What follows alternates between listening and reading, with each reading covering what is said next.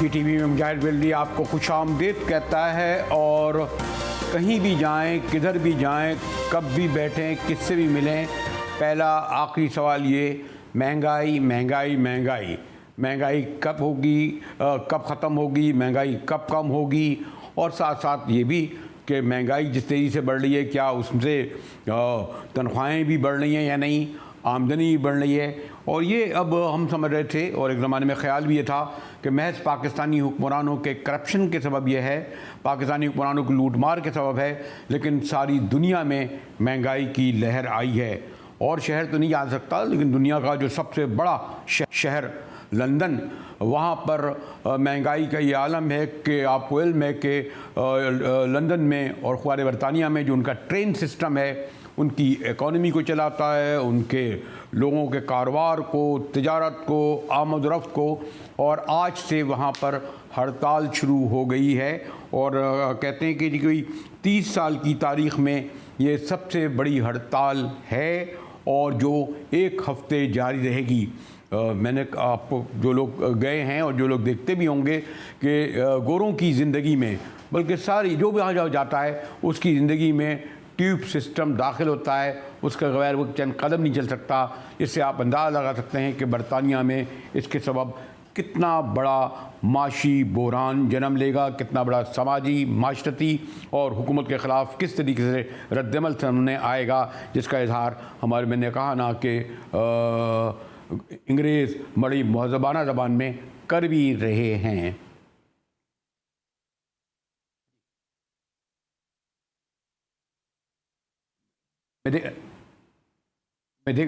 देखिएगा कि मैंने कहा ना कि इसका रद्दमल का इजहार गोरे बड़े अपने महज़ब अंदाज में कर रहे हैं। हमारा तो एक लबो लहजा ज़रा मुख्तलिफ भी होता है, होना भी चाहिए, लेकिन देखिए वो भी, उनका भी सब्र का पैमाना छलक गया है। Someone has to travel for work if they've already paid for a holiday, or they have to travel for childcare. Should they get the train next week? I travel a lot. I travel to Edinburgh for work, so yeah. So you're going to be disrupted? Yeah, I am. It's not going to be great anyway, you know, won't be able to get to work. हमारे साथ मुमताज़ माहिर मईशत मोहतरम आबिद सुलैरी साहब भी होंगे कि London में अब हमारी नुमाइंदा जुनूबी इलियास जो हमारे साथ होती थी वो भी मौजूद हैं। ज़रा सुलैरी साहब की इजाज़त से ज़रा पहला सवाल मैं जुनूबिया से कर लूँ, क्योंकि अभी उन्हें गए हुए चंद माह हुए हैं और ये जो ट्रेन के वर्कर्स की जो हड़ताल है उसका सबब महंगाई ही कहा जाएगा। और बज़ाहिर तो कहते हैं कि जी वो तनख्वाहों में इजाफे का कर रहे हैं। जी जुनूबिया, ये जो हड़ताल है और आप उससे कितना बड़ा आम लोगों की ज़िंदगी में मुश्किलात पैदा होंगी और मसाइल पैदा होंगे, क्योंकि उसके बगैर तो वो रह नहीं सकते थे। तो क्या सूरत हाल है?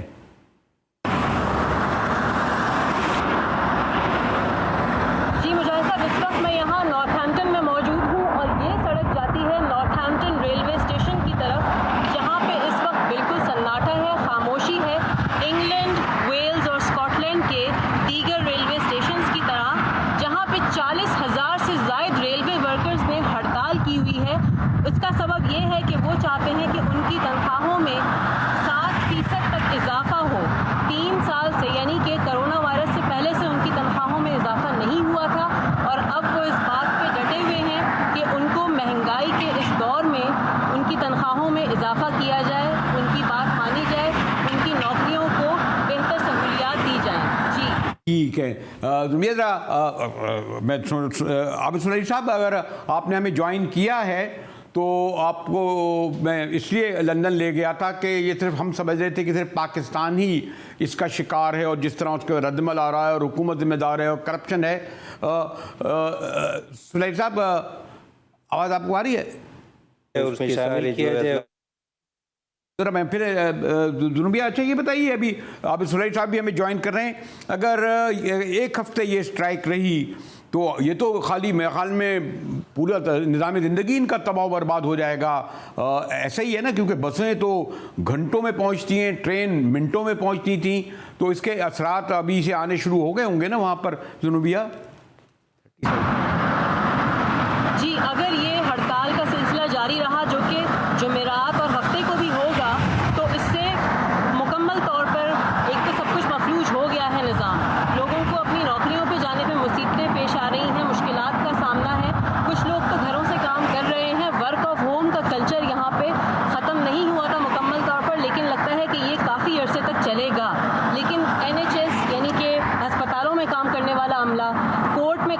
रहने वाले लोग, इन लोगों को काफ़ी मुश्किलात हैं और दूसरे सेक्टर्स भी हड़ताल की तरफ जा सकते हैं आने वाले दिनों में। जी शुक्रिया जुनूबी इलियास, हमें लंदन से सूरत-ए-हाल बता रहे थे। हमें अब ज्वाइन किया है मोहतरम आबिद सुलैनी साहब ने, मुमताज़ माहिर मईशत हैं। सुलैनी साहब, मैं ज़रा पाकिस्तान की इकॉनमी पर बाद में आऊँगा, बल्कि मैं आज ये भी बताना चाह रहा था कि मुशर्रफ साहब का दौर में लोग कहते हैं जी बड़ा अच्छा दौर था मईशत के हवाले से, IMF से भी छुटकारा मिल गया था और शायद FATF में भी उस ज़माने में हम नहीं थे, 2007 में, ये बाद में मसाइल हुए। लेकिन ज़रा क्विक ये बताइए कि ये जो हमारे यहाँ तो अपनी जगह है, जो लंदन में जो सूरत हाल है या पूरे यूरोप में सूरत हाल है या दुनिया में मईशत का, इसका और हम कंपेयर कर सकते हैं पाकिस्तान का क्या सुलैनी साहब? पूरे यूरोप में इसलिए मईशत जो है वो ज़बू हाली की तरफ है कि यूरोप की डिपेंडेंसी है एनर्जी के लिए रशियन गैस पे, और जब वहाँ से गैस की सप्लाई बंद होगी, जब रशियन इन्वेस्टर्स की इन्वेस्टमेंट पर पाबंदी लगी, जब वहाँ से जो गंदम है, वहाँ से जो सूरजमुखी का तेल है यूक्रेन से, तो जब वो चीज़ें जो है जो कि डायरेक्टली यूरोप जाती थी वहाँ से पोलैंड के रास्ते या मोल्डोवा बेलारूस के रास्ते, तो वहाँ पे तो एक और तरह का इम्पैक्ट है।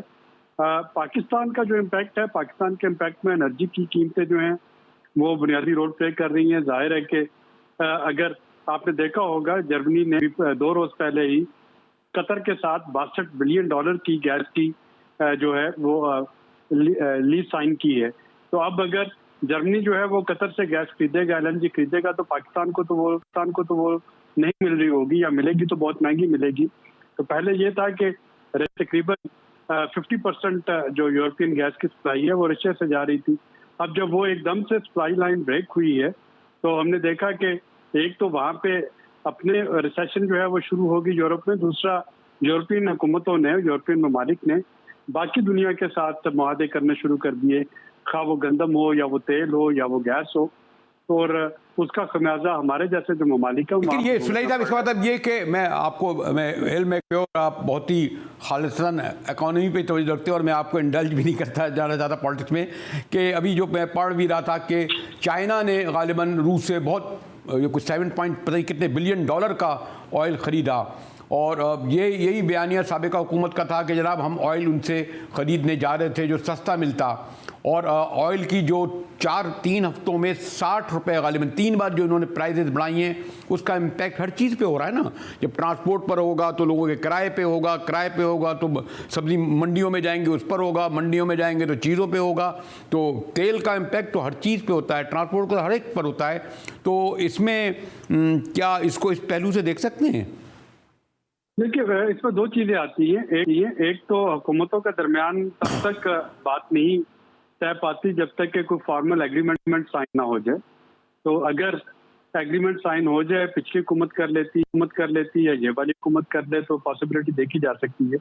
जो दूसरी इंपॉर्टेंट चीज़ है वो ये, इसको इंडिया के साथ कंपेयर करते हैं। इंडिया के फॉरेन एक्सचेंज रिजर्व्स के जो हैं वो है $600 अरब। 600 अरब डॉलर से ज़्यादा के उनके फॉरेन एक्सचेंज रिजर्व्स हैं। हमारे फॉरेन एक्सचेंज रिजर्व जो हैं आज वो $8.9 बिलियन के हैं। तो कहाँ 600 अरब डॉलर, कहाँ $8.9 बिलियन। इंडिया की मार्केट के साथ हम अपने आप को कंपेयर नहीं कर सकते। हम तो जब वो ईरान के साथ गैस पाइपलाइन थी, ईरान अपने बॉर्डर तक ले आया था, तो हम वो पाकिस्तान में नहीं लेके आ सके थे अपने हमसाया मुल्क से। तो हम सोच ये रहे हैं कि हम रशिया से गैस ले आएँ या रशिया से क्रूड ले आएँ। ये एक डिफ़िकल्ट पॉसिबिलिटी है, अगर हो सके तो ज़रूर कर लेना चाहिए, लेकिन क्या पाकिस्तान इस वक्त अफोर्ड कर सकता है ऐसा करना? अगर मैं मारूजी हालात देखूं तो नहीं, बल्कि अभी जो कल आप देखेंगे, हो सकता है कि कल IMF के साथ कोई अच्छी खबर जो है वो हुकूमत दे सके। तो अब कर्ज लेना भी अच्छी खबर है कि आपको लेंडर जो है वो कर्ज देने पे राजी हो गया, तो उसमें भी अमेरिकन एम्बेसी और अमेरिकन गवर्नमेंट का हाथ है, वरना IMF तो आपको ये वाली ट्रांच रिलीज। लेकिन IMF से की शराइत पूरी करते करते तो हमें 60 रुपये पेट्रोल बढ़ने पड़ा। अब मुझे नहीं पता कि वो जो डॉलर 2014 के है वो भी उसका सबब है, और फिर बाकी चीज़ों पर भी जैसे मैं ज़रा ब्रेक की तरफ जाना है, वो यकीनन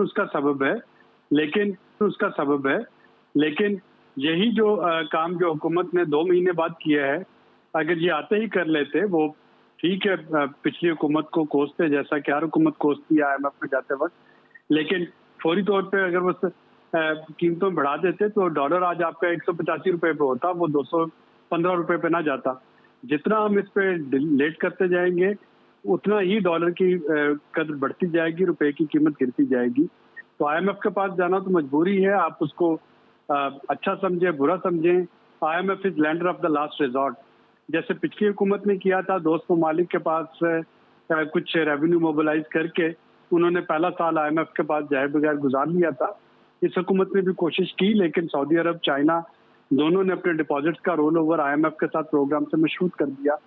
तो पिछली हुकूमत ने 1 साल पहला ज़ाया किया था IMF के पास जाने में, और इस हुकूमत के उनके पास 5 साल थे। इस हुकूमत के पास महीने हैं, साल नहीं है, 12 महीने 13 महीने 15। मैं वजह ब्रेक की तरफ जा रहा हूँ। ये जो आप कह रहे हैं हुकूमत महीने हैं साल है, हमें तो कुछ ज़रा इस तरह बता रहे हैं कि साल नहीं या 2 साल इन्हें चाहिए, और शायद उसका भी कुछ वजह करिए। मैं फिर मैं कहूँगा कि सुरानी साहब आपसे पॉलिटिकल ऑस्पेक्ट से गुफ्तगू करने के बाद मैं एक ब्रेक की तरफ आऊँगा, और ब्रेक के बाद मैं ये भी आपसे मालूम करना चाहूँगा कि अगर मैं गलत बयानिया मेरा है तो दुरुस्त कर दिएगा कि मुशर्रफ दौर में हम IMF से मुकम्मल तौर पर निकल चुके थे, और उस वक्त अगर आप डॉलर देखें, पेट्रोल देखें, कीमतें देखें, GDP देखें जो आप मुझसे ज़्यादा जानते हैं, और फिर बतदरीज जो हम देखेंगे इन चारों अदवार को, उसमें मैं ये चाहूँगा कि हम खाली जिनके बाद 6 हफ्ते हुए हैं उन पर हम जिम्मेदारी डालें कि वही जिम्मेदार हैं। मिलते हैं एक ब्रेक के बाद इस पर।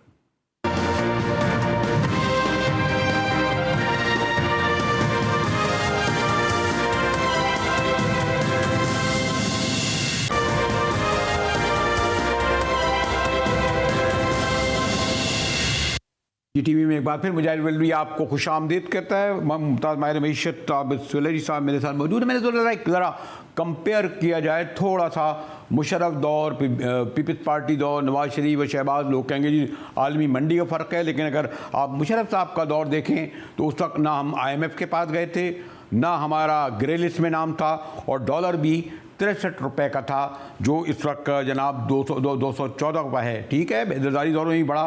फिर जनाब पेट्रोल का भी यही सूरत हाल है कि जो 62 रुपये का था वो 234 रुपये का हो गया। शक्कर की तरफ जाएं जनाब तो 25 रुपये थी, वो भी कोई 3 गुना बढ़ गई है, कोई तकरीबन 87। इसी तरह आटा भी, यानी मुशर्रफ दौर जो 2002 से 7 तक कहलाया जाएगा, उस दौरान में से बाद जरदारी का पीरियड 2008 से 13, फिर 2017। अगर आप स्क्रीन पर इसको कंपेयर करें, बहुत 5 बड़ी चीज़ें हैं जो मैंने से कहा कि पेट्रोल और डॉलर और फिर शक्कर, आटा, ये बुनियादी चीज़ें हैं। वैसे तो बुनियादी चीज़ें 1 नहीं 2 नहीं 10 कही जा सकती हैं। सुरेश साहब, ये जो एक मैं कोशिश कर रहा था ज़रा एक चार्ट के ज़रिए ज़रा लोगों को बताया जाए, इसको कंपेयर किया जाए। जो बदतरीन फ़ौजी आमिर कहते हैं, बल्कि सराय मौत तक उसको सजाएँ दे दी कि जनाब वापस भी आए तो उसको करा जाए। मेरा ख्याल में इकॉनमी के एतबार से तो उसको खासा, जिस तरह अयूब खान के दौर को कोई लोग कहते हैं बड़ा ग्रीन दौर था, इस तरह मुशर्रफ के दौर को भी कहते हैं। सुनहरी लफ्ज़ तो इस्तेमाल नहीं करूँगा, आप क्या कहेंगे सुरेश साहब? जी आप अयूब खान का दौर देख लें, आप ज़ियाउल हक का दौर देख लें, आप मुशर्रफ का दौर देख लें, उसमें आपको इकॉनमी जो है वो इलेक्टेड गवर्नमेंट की निस्बत बेहतर नज़र आएगी। और उसकी 2 बहुत वाज़ेह वजूहात हैं। पहली वजह तो ये है कि जो भी ये थी अनइलेक्टेड गवर्नमेंट, उसमें कम से कम पॉलिटिकल अनसर्टेनिटी नहीं थी। आपको पता था कि जो भी वो आमिर के रूप में हो या उन्होंने बाद में सिविलियन लिबादा पहन लिया हो, वो वहाँ पे हुकूमत कर रहे थे और सिस्टम जो था वो मुस्तहकम था। और दूसरी सिंपल वजह है कि उस वक्त मगरबी ताकतों को आपकी ज़रूरत थी पाकिस्तान की, खा वो अमेरिका और चीन में दोस्ती करवाने का मामला था, या सोवियत यूनियन के खिलाफ जंग थी, या वॉर ऑन टेररिज्म थी। तो आपके पास जो डॉलर्स का बहाव था वो अनइंटरप्टेड चलता आ रहा था। और ये एक बुनियादी फ़र्क है उन 3 अदवार में। और उसके बाद आप कोई भी जो जमहूरी अदवार है उनको देख लीजिए। अगर इस फ़र्क को आप मिनिमाइज करते हैं, यानी अगर वो दौर भी इसी तरह का होता, यहाँ पे डॉलर खुद अर्न करने होते, वो दौर भी ऐसा होता जिसमें कि जैसे 58-2B की एक तलवार लटकती थी 88 के दौर में, 88 से अनवर्ड, तो अगर उस तरह के अदवार होते तो कोई भी हुकूमत होती, इकॉनमी जो है वो हमेशा शिकस्ता हाल होती, थोड़ा सा उसमें बूम आता, उसके बाद वो फिर बुलबुला फट जाता। सर जब इसलिए सवाल किया कि मेन चीज़ डॉलर है गालिबन है, और मैं तो इतना मैंने कहा मीशत का आदमी नहीं हूँ, यानी अगर हम ये कहें कि आलमी जो है मंडी में ये जब चीज़ें महंगी होती हैं या जो आलमी मीशत में क्राइसिस जब हम पे आता है, कम से कम मैं डॉलर की हद तक अगर मेरी मालूमात शायद दुरुस्त कर दिएगा, इंडिया में गालिब अच्छा नहीं लगता मसाल वहाँ तो डॉलर गालिबन इससे भी हमसे आधे का से भी है शायद कम है, आधे का से भी है शायद कम है। देखिए ना, आप दुरुस्त फरमा रहे हैं, उसकी वजह सिंपल ये है कि हमारे पास एनर्जी जो है वो हम इंपोर्ट करते हैं, का वो तेल है, वो गैस है, वो कोयला है, वो इंपोर्ट करने की वजह से जाहिर है कि आपका जो बाकी मामलात है, कारोबार जिंदगी है, उसी एनर्जी पे डिपेंडेंट है। अगर आपके पास डॉलर नहीं होंगे तो आप इंपोर्ट नहीं कर सकेंगे। एडिबल ऑयल पाकिस्तान ज़रूरी मुल्क होने के बावजूद उसमें खुद कफील नहीं है, वो हम इंपोर्ट करते हैं, और वो खुर्दनी तेल हर घर की ज़रूरत है। इसी तरीके से गाहे बगाहे हमें चीनी और गंदम जो है वो भी इंपोर्ट तक जो हमारी अपनी नहीं होती है, चने की दाल और चना ये भी हम इंपोर्ट कर रहे हैं। तो आपकी जो फंडामेंटल्स हैं, जो नेसेसिटीज़ आप कह सकते हैं, हर घर की ज़रूरत, और ये सामान्य तायश नहीं है, ये बुनियादी ज़रूरतें हैं।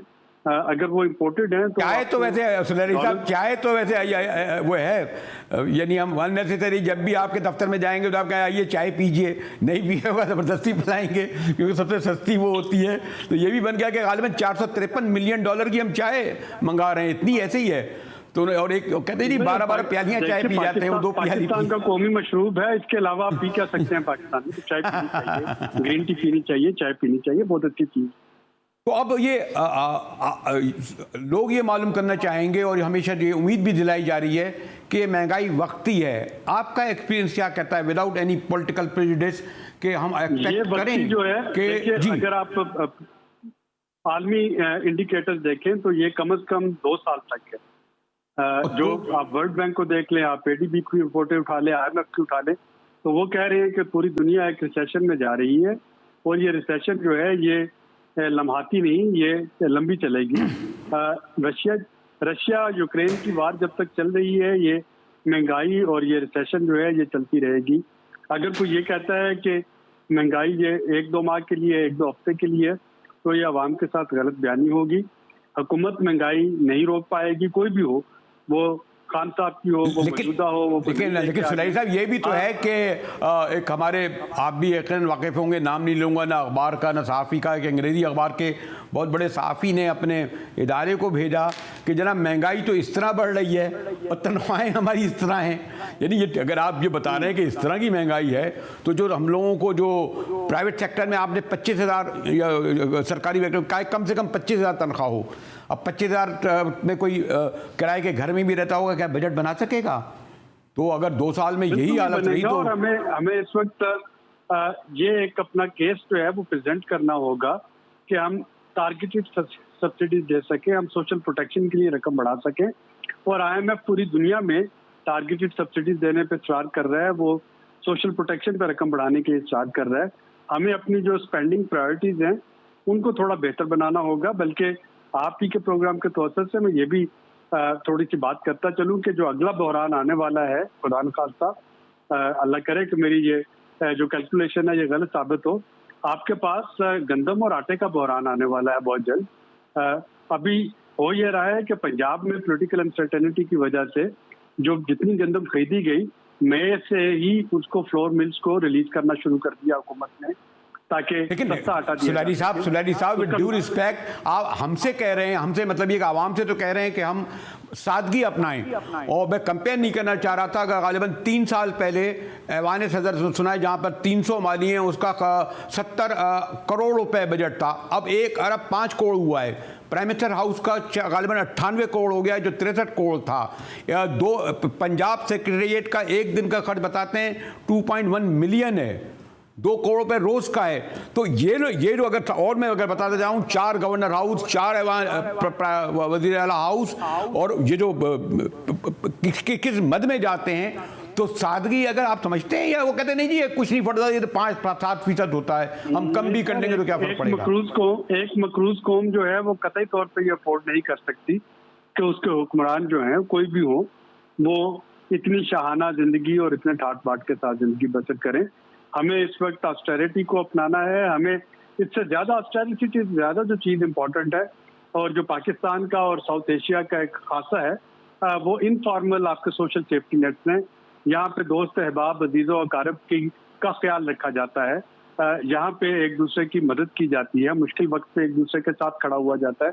तो वो तमाम लोग जो साहिब सरवत हैं, जो साहिब इस्तात हैं, उनको अपने से जो साहिब सरवत नहीं, साहिब इक़्तिदार का मैं तो आपको president house, prime minister house, governor house, secretariat, इनके अखराजात बता रहा हूँ, जो बजट बता रहा है सुनैरी साहब। वो तो एक्सेप्टेबल ही नहीं है, वो नहीं होना चाहिए। वो बिल्कुल एक मकरूज कौम जो है वो नहीं अफोर्ड कर सकती कि उसके हुक्मरानों का तर्ज जिंदगी ऐसा हो। तो फिर सॉरी, इसीलिए फिर मैंने कहा ना कि विदाउट इंडल्जिंग इन पॉलिटिकल, मसला तो यही है कि सादगी ऊपर से शुरू होगी तो नीचे आएगी ना। हम कहते हैं नीचे शुरू की जाए, आप बचत करें, आप 2 कप चाय पीना शुरू कर दीजिए। आप जो है ये सॉरी टू से कि मैं इससे ज़्यादा क्या बचत होगी जो 25,000 तनख्वाह में हो सकती है। बस सर, ये मुश्किल वक्त है और इससे हम मिनहसल कौम, हमें इससे निकलना होगा। थोड़ा सा हमें अपनी मैं बहुत एहतराम के साथ कहूँगा, मिनहसल कौम नहीं है, हुक्मरानों को, अशराफिया को मुंतकिल होना चाहिए ना। आप हमें मुंतकिल कर रहे हैं जिनकी तनख्वाहें 25,000, 30,000, 40,000 हैं। नहीं, आप बिल्कुल दुरुस्त फरमा रहे हैं। और मैं यही कह रहा हूँ कि इस वक्त सियासी जमातों को इस चीज़ का ख्याल रखना होगा कि मुईशत पे सियासत करने की बजाय मुईशत का इस क्राइसिस का हल निकालें। इसके ऊपर इनको इकट्ठा होकर बैठ के सोचने की ज़रूरत है।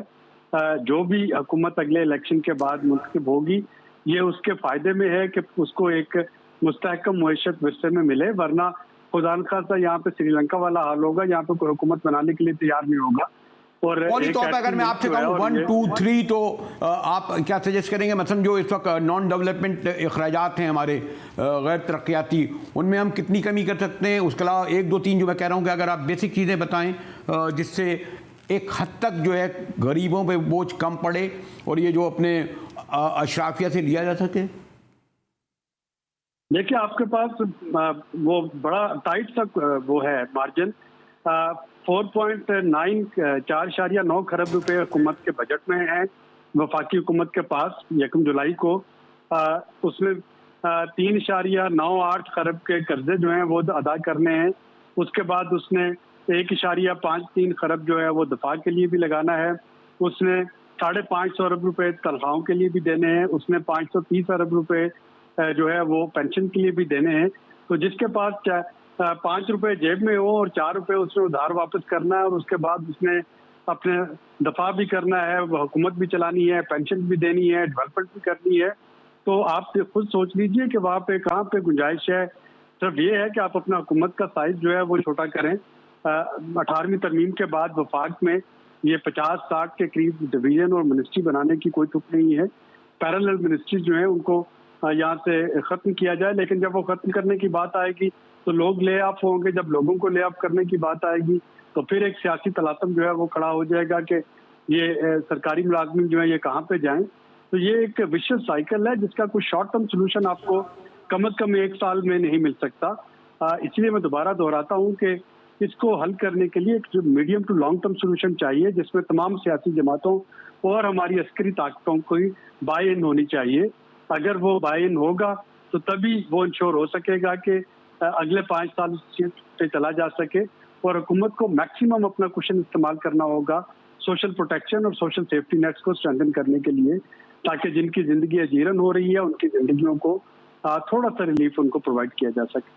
शुक्रिया आबिद ज़ुबैरी साहब, मुमताज़ माहिर मईशत, बड़े एदाद शुमार से, जामे मुस्तनद एदाद शुमार से ये बता रहे थे कि $4.9 बिलियन का मुश्किल से हमारे पास रिज़र्व रह जाएंगे, कितने हमें देने हैं और कितना। बहरहाल ये मैंने उनसे कहा भी था और मेरे साथ एक हद तक इत्तफ़ाक़ भी कर रहे थे कि अशराफिया को, सरकार को, हुकूमत को, ये जो हमारे पार्लियामेंट में ऐवान सदर, ऐवान वज़ीर-ए-आज़म में बैठे हैं, इन्हें चाहिए कि अपना साइज़ छोटा करें, ना कि गरीबों को मुंतकिल किया जाए।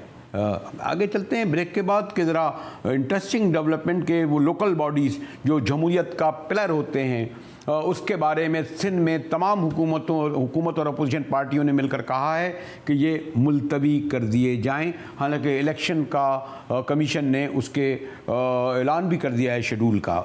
हमारे साथ ये मिलते हैं एक ब्रेक के बाद।